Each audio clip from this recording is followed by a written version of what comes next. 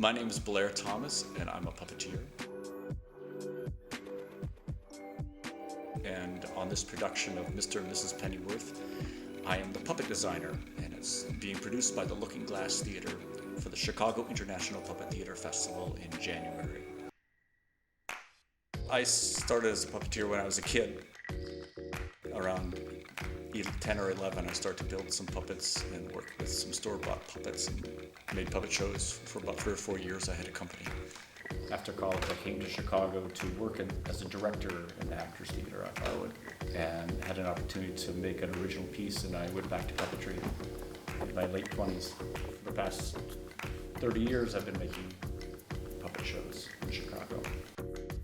Chicago has a pretty vibrant puppetry scene for the United States. New York has more, but we are a city that's really poised to host such an event as this festival because we have a huge indigenous theater audience, not a tourist theater audience. People who live in Chicago and the area love to go to see live theater, and so likewise it's a broad-minded audience, and so we've had a very positive response to the festival. The first year we had over 14,000 people came to see performances during the 10 days.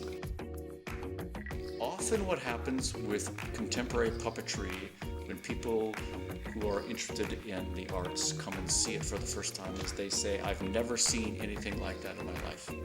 Because what's happening in contemporary puppetry is live in front of you, mixing styles and mediums and aesthetics that was wholly new in its collection. And it's a very dynamic form that's not puppetry solely for children at all. Although there are several performances in the festival that are for children and young audiences. But it's a very dynamic art form.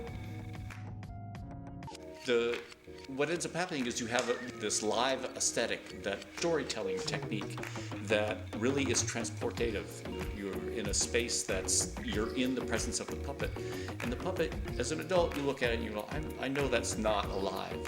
But if the puppet has been well designed and is being well performed, you start to be deceived because you say, oh, I recognize that movement. In fact, oh, that looks very much like the movement of a wolf. Oh, that looks like the movement of a small figure. And you believe for a second, and then you're like, no, I don't believe. And then you believe, and you don't believe. And then you start to become entranced by performance. This is one of the phenomena of puppetry that works an audience today.